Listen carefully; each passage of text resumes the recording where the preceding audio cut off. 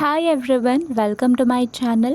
ಇವತ್ತು ನಾನು ಆಲೂ ಪೀಸ್ ಪಲಾವ್ ಹೇಗೆ ಮಾಡೋದು ಅಂತ ತೋರಿಸ್ತಾ ಇದ್ದೀನಿ. ಆಲೂಗಡ್ಡೆ ಮತ್ತು ಬಟಾಣಿ ಹಾಕಿ ತುಂಬಾ ಟೇಸ್ಟಿಯಾಗಿ ಈ ಪಲಾವ್ನ ಮಾಡ್ಕೊಬೋದು. ನೀವು ಬ್ರೇಕ್ಫಾಸ್ಟ್ಗೆ, ಲಂಚ್ ಬಾಕ್ಸ್ಗೆ ಅಥವಾ ಡಿನ್ನರ್ಗೂ ಕೂಡ ಅದನ್ನು ಟ್ರೈ ಮಾಡ್ಬೋದು. ತುಂಬಾ ಟೇಸ್ಟಿಯಾಗಿರುತ್ತೆ. ಸೊ ಬನ್ನಿ ಇವತ್ತಿನ ಈ ಆಲೂ ಪೀಸ್ ಪಲಾವ್ ಹೇಗೆ ಮಾಡೋದು ಅಂತ ನೋಡೋಣ. ಈ ರೆಸಿಪಿನ ಮಾಡೋದಕ್ಕೆ ಮೊದಲಿಗೆ ನಾನಿಲ್ಲಿ ಒಂದು 3 ಮೀಡಿಯಮ್ ಸೈಜ್ ಈರುಳ್ಳಿನ ಉದ್ದದಕ್ಕೆ ಕಟ್ ಮಾಡಿ ಇಟ್ಕೊಂಡಿದ್ದೇನೆ. ಇವಾಗ ಒಂದು 8 ಹಸಿಮೆಣಸಿನ್ಕಾಯಿ, ಶುಂಠಿ ಬೆಳ್ಳುಳ್ಳಿ ತಗೊಂಡಿದ್ದೇನೆ. ಇದನ್ನು ಒಂದು ಸ್ಮೂತ್ ಪೇಸ್ಟ್ ಮಾಡ್ಕೊಬೇಕು. ಇವಾಗ ಆಲೂಗಡ್ಡೆನ ನೀರಿಂದ ತೆಗೆದು ಅದನ್ನು ಒಂದು ಕ್ಲೀನಾಗಿರೋಂಥ ಟವೆಲ್ ಮೇಲೆ ಹಾಕ್ಕೊಂಡು ಅದರಲ್ಲಿರೋ ಮಾಯ್ಸ್ಚರ್ನೆಲ್ಲ ಕ್ಲೀನಾಗಿ ತೆಗಿಬೇಕು. ಹೀಗೆ ಮಾಡೋದ್ರಿಂದ ಆಯಿಲ್ನಲ್ಲಿ ಆಲೂಗಡ್ಡೆನ ಫ್ರೈ ಮಾಡಬೇಕಾದ್ರೆ ಅದು ಸಿಡಿಯೋದಿಲ್ಲ. ಸೊ ಅದಕ್ಕೆ ಈ ರೀತಿ ಮಾಡ್ಕೊಂಡಿದ್ದೇನೆ. ಈ ಆಲೂಗಡ್ಡೆನೆಲ್ಲ ಒಂದು 5-6 ನಿಮಿಷದವರೆಗೂ ಚೆನ್ನಾಗಿ ಫ್ರೈ ಮಾಡ್ಕೊಬೇಕಾಗುತ್ತೆ. ಆಲೂಗಡ್ಡೆ ಗೋಲ್ಡನ್ ಬ್ರೌನ್ ಕಲರ್ ಬರಬೇಕು, ಅಲ್ಲಿವರೆಗೂ ಇದನ್ನ ಫ್ರೈ ಮಾಡ್ಕೊಬೇಕು. ಇವಾಗ ನೀವು ನೋಡ್ಬೋದು ಯಾವ ರೀತಿ ಗೋಲ್ಡನ್ ಬ್ರೌನ್ ಕಲರ್ ಬರ್ತಾ ಇದೆ ಅಂತ.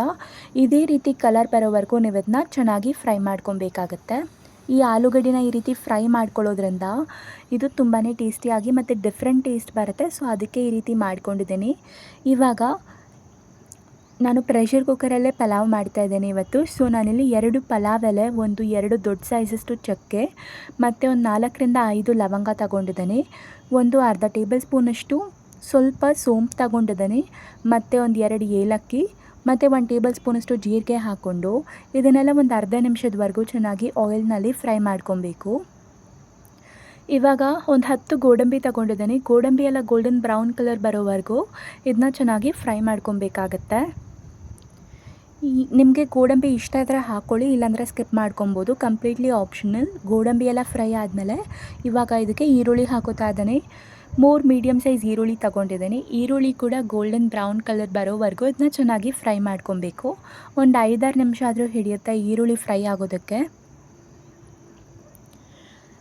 ಈರುಳ್ಳಿ ಎಲ್ಲ ಚೆನ್ನಾಗಿ ಫ್ರೈ ಆದಮೇಲೆ ಆಗಲೇ ಮಾಡಿಟ್ಕೊಂಡಿರುವಂಥ ಶುಂಠಿ ಬೆಳ್ಳುಳ್ಳಿ ಮತ್ತು ಹಸಿಮೆಣಸಿನ್ಕಾಯಿ ಪೇಸ್ಟ್ ಏನಿದೆ ಅದನ್ನು ನಾನಿಲ್ಲಿ ಹಾಕ್ಕೊತಾ ಇದ್ದೀನಿ. ಹಸಿ ವಾಸನೆ ಹೋಗೋವರೆಗೂ ಇದನ್ನ ನಾವು ಒಂದು 2-3 ನಿಮಿಷದವರೆಗೂ ಆದರೂ ಚೆನ್ನಾಗಿ ಫ್ರೈ ಮಾಡ್ಕೊಬೇಕಾಗತ್ತೆ. ಈ ರೀತಿ ಇದು ಫ್ರೈ ಆದಮೇಲೆ ಇವಾಗ 2 ಮೀಡಿಯಮ್ ಸೈಜ್ ಟೊಮ್ಯಾಟೊ ತಗೊಂಡಿದ್ದೀನಿ. ಟೊಮ್ಯಾಟೋಸ್ನ ಚಿಕ್ಕ ಚಿಕ್ಕದಾಗಿ ಕಟ್ ಮಾಡಿ ಹಾಕ್ಕೊಂಡಿದ್ದೀನಿ. ಟೊಮ್ಯಾಟೋಸ್ ಎಲ್ಲ ಸಾಫ್ಟ್ ಆಗೋವರೆಗೂ ಒಂದು 3-4 ನಿಮಿಷ ಆದರೂ ಇದನ್ನ ಚೆನ್ನಾಗಿ ಫ್ರೈ ಮಾಡ್ಕೊಬೇಕಾಗತ್ತೆ. ರುಚಿಗೆ ತಕ್ಕಷ್ಟು ಉಪ್ಪು ಹಾಕೋತಾ ಇದ್ದೀನಿ ಮತ್ತು ಒಂದು ಅರ್ಧ ಟೇಬಲ್ ಸ್ಪೂನಷ್ಟು ಅರಿಶಿನ ಪುಡಿ ಹಾಕ್ಕೊಂಡು ಇದನ್ನ ಚೆನ್ನಾಗಿ ಫ್ರೈ ಮಾಡ್ಕೊಬೇಕು. ಒಂದು 2-3 ನಿಮಿಷ ಇದು ಫ್ರೈ ಆದಮೇಲೆ ಇವಾಗ ಬಟಾಣಿ ಹಾಕೋತಾ ಇದ್ದೀನಿ. ನಿಮ್ಮ ಹತ್ರ ಹಸಿ ಬಟಾಣಿ ಇದ್ದರೆ ಯೂಸ್ ಮಾಡಿ, ಇದಕ್ಕೆ ತುಂಬಾ ಟೇಸ್ಟಿಯಾಗುತ್ತೆ. ಹಸಿ ಬಟಾಣಿ ಇಲ್ಲ ಅಂದರೆ ರಾತ್ರಿ ಬಟಾಣಿನ ನೆನೆಸಿಟ್ಟು ಯೂಸ್ ಮಾಡ್ಬೋದು. ಇವಾಗ ಬಟಾಣಿನ ಒಂದು ಆಯಿಲ್ನಲ್ಲೇ ಒಂದು 4-5 ನಿಮಿಷ ಆದರೂ ಚೆನ್ನಾಗಿ ಫ್ರೈ ಮಾಡ್ಕೊಬೇಕಾಗತ್ತೆ. ಆವಾಗಲೇ ಇದು ಚೆನ್ನಾಗಾಗೋದು. ಸೊ ಇದನ್ನು ಫ್ರೈ ಮಾಡ್ಕೋತಾ ಇದ್ದೀನಿ. ನಾನಿವತ್ತು ರೆಡ್ ಚಿಲ್ಲಿ ಪೌಡರ್ ಯೂಸ್ ಮಾಡ್ತಾ ಇಲ್ಲ, ಹಸಿಮೆಣಸಿನ್ಕಾಯಿನೇ ಹಾಕ್ಕೊಂಡಿದ್ದೀನಿ. ಸೊ ಇಲ್ಲಿ 1 ಟೇಬಲ್ ಸ್ಪೂನಷ್ಟು ಗರಂ ಮಸಾಲ ಹಾಕ್ಕೊಂಡಿದ್ದೀನಿ. ಇದನ್ನ ಚೆನ್ನಾಗಿ ಮಿಕ್ಸ್ ಮಾಡ್ಕೊಬೇಕು. ಇವಾಗ 1 ಟೇಬಲ್ ಸ್ಪೂನಷ್ಟು ಧನಿಯಾ ಪೌಡರ್ ಕೂಡ ಹಾಕ್ಕೊಂಡಿದ್ದೀನಿ. ಇದನ್ನ ಚೆನ್ನಾಗಿ ಮಿಕ್ಸ್ ಮಾಡಿಕೊಂಡು ಫ್ರೈ ಮಾಡ್ಕೊಬೇಕು. ಇವಾಗ ಆಗಲೇ ಫ್ರೈ ಮಾಡಿಟ್ಟಿರುವಂಥ ಆಲೂಗಡ್ಡೆ ಕೂಡ ಇದಕ್ಕೆ ಹಾಕ್ಕೊಂಡು ಮಿಕ್ಸ್ ಮಾಡ್ತಾ ಇದ್ದೀನಿ. ಆಲೂಗಡ್ಡೆನ ಈ ರೀತಿ ಫ್ರೈ ಮಾಡಿ ಯೂಸ್ ಮಾಡೋದ್ರಿಂದ ತುಂಬಾ ಡಿಫ್ರೆಂಟ್ ಟೇಸ್ಟ್ ಬರುತ್ತೆ. ಈ ರೀತಿ ಒಂದ್ಸರಿ ಖಂಡಿತ ಟ್ರೈ ಮಾಡಿ, ನಿಮಗೆ ಇಷ್ಟ ಆಗುತ್ತೆ. ಸೊ ಇವಾಗ ನಾನಿಲ್ಲಿ ಅಕ್ಕಿನ ತೊಳೆದು ಯೂಸ್ ಮಾಡ್ತಾ ಇದ್ದೀನಿ. ಅಕ್ಕಿನ ನೀವು ಚೆನ್ನಾಗಿ ವಾಟರಲ್ಲಿ ವಾಶ್ ಮಾಡಿಕೊಂಡು ಆಮೇಲೆ ಹಾಕ್ಕೋಬೇಕು. ನೆನೆಸಿಡೋದಕ್ಕೆ ಹೋಗಬೇಡಿ, ಚೆನ್ನಾಗಿ ಆಗೋದಿಲ್ಲ, ತುಂಬ ಸಾಫ್ಟ್ ಆಗಿಬಿಡುತ್ತೆ. ಈ ರೀತಿ ಅಕ್ಕಿನ ಹಾಕ್ಕೊಂಡು ಒಂದು ಅರ್ಧ ನಿಮಿಷದವರೆಗೂ ಇದನ್ನ ಚೆನ್ನಾಗಿ ಮಿಕ್ಸ್ ಮಾಡ್ಕೋತಾ ಫ್ರೈ ಮಾಡ್ಕೋಬೇಕಾಗತ್ತೆ. ಈ ರೀತಿ ಫ್ರೈ ಮಾಡೋದ್ರಿಂದ ಮಸಾಲೆ ಜೊತೆ ಇದು ತುಂಬಾ ಟೇಸ್ಟಿಯಾಗುತ್ತೆ. ನೀರು ಹಾಕೋದಕ್ಕಿಂತ ಮುಂಚೆ ಒಂದು ಅರ್ಧ ನಿಮಿಷ ಲೋ ಫ್ಲೇಮ್ನಲ್ಲಿ ಇಟ್ಕೊಂಡು ಈ ರೀತಿ ನೀವು ಫ್ರೈ ಮಾಡ್ಕೊಬೇಕು. ಹೀಗೆ ಮಾಡೋದ್ರಿಂದ ತುಂಬಾ ಡಿಫ್ರೆಂಟಾಗುತ್ತೆ. ಸೊ ಅದಕ್ಕೆ ಈ ರೀತಿ ಮಾಡ್ತಾ ಇದ್ದೀನಿ. ಇದನ್ನ ಒಂದು ಅರ್ಧ ನಿಮಿಷ ಚೆನ್ನಾಗಿ ಮಿಕ್ಸ್ ಮಾಡ್ಕೊಂಡಾದ್ಮೇಲೆ ಇವಾಗ ಇದಕ್ಕೆ ನೀರು ಹಾಕೋಬೇಕು.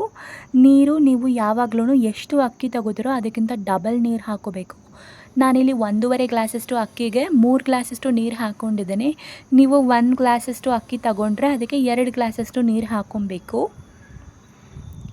ಇದನ್ನು ಚೆನ್ನಾಗಿ ಮಿಕ್ಸ್ ಮಾಡಿಕೊಂಡು ಇದು ಬಾಯ್ಲ್ ಆಗೋದಕ್ಕೆ ಬಿಡಿ. ಇದು ಕುದಿಯೋಕ್ಕಿಂತ ಮುಂಚೆ ಲಿಡ್ನ ಕ್ಲೋಸ್ ಮಾಡ್ಕೊಬಾರ್ದು.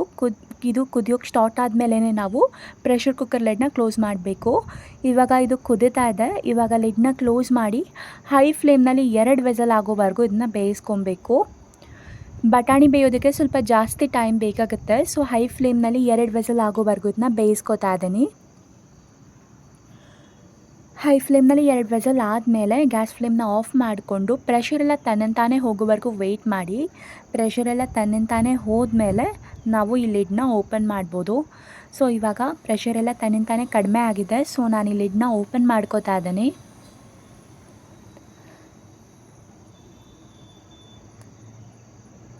ಇವಾಗ ನಮ್ಮ ಆಲೂ ಪೀಸ್ ಪಲಾವ್, ಆಲೂಗಡ್ಡೆ ಬಟಾಣಿ ಪಲಾವ್ ರೆಡಿ ಆಗಿದೆ. ನೀವು ನೋಡಿದ್ರಲ್ಲ, ತುಂಬಾ ಈಸಿ ಆದಂತಹ ರೆಸಿಪಿ. ನೀವು ತುಂಬಾ ಬೇಗನೆ ಮಾಡ್ಕೊಬೋದು. ಬ್ರೇಕ್ಫಾಸ್ಟ್ಗೆ, ಲಂಚ್ ಬಾಕ್ಸ್ಗೆಲ್ಲ ತುಂಬಾ ಚೆನ್ನಾಗಿರುತ್ತೆ. ಇದನ್ನು ಒಂದ್ಸರಿ ನೀಟಾಗಿ ಮಿಕ್ಸ್ ಮಾಡ್ಕೊಳ್ಳೋಣ. ನಿಧಾನಕ್ಕೆ ಮಿಕ್ಸ್ ಮಾಡಿ. ನೀವು ಜೋರಾಗಿ ಮಿಕ್ಸ್ ಮಾಡೋಕ್ಕೆ ಹೋದರೆ ಈ ರೈಸ್ ಎಲ್ಲ ಮುರಿದೋಗೋಂಥ ಚಾನ್ಸಸ್ ಇರುತ್ತೆ. ಸೊ ನಿಧಾನಕ್ಕೆ ಈ ರೀತಿ ಮಿಕ್ಸ್ ಮಾಡ್ಕೊಬೇಕು ಒಂದ್ಸರಿ.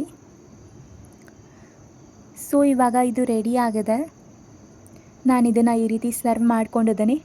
ಈ ವಿಡಿಯೋ ನಿಮಗೆಲ್ರಿಗೂ ಇಷ್ಟ ಆಗಿದೆ ಅಂತ ಅಂದ್ಕೊಂಡಿದ್ದೀನಿ. ಈ ವಿಡಿಯೋ ಇಷ್ಟ ಆಗಿದ್ದರೆ ಈ ವಿಡಿಯೋಗೆ ಲೈಕ್ ಮಾಡಿ ಮತ್ತು ಇದೇ ಥರದ ಇನ್ನೂ ರೆಸಿಪೀಸ್ನ ನೋಡೋದಕ್ಕೋಸ್ಕರ ಈ ಚಾನಲ್ಗೆ ಸಬ್ಸ್ಕ್ರೈಬ್ ಮಾಡಿ.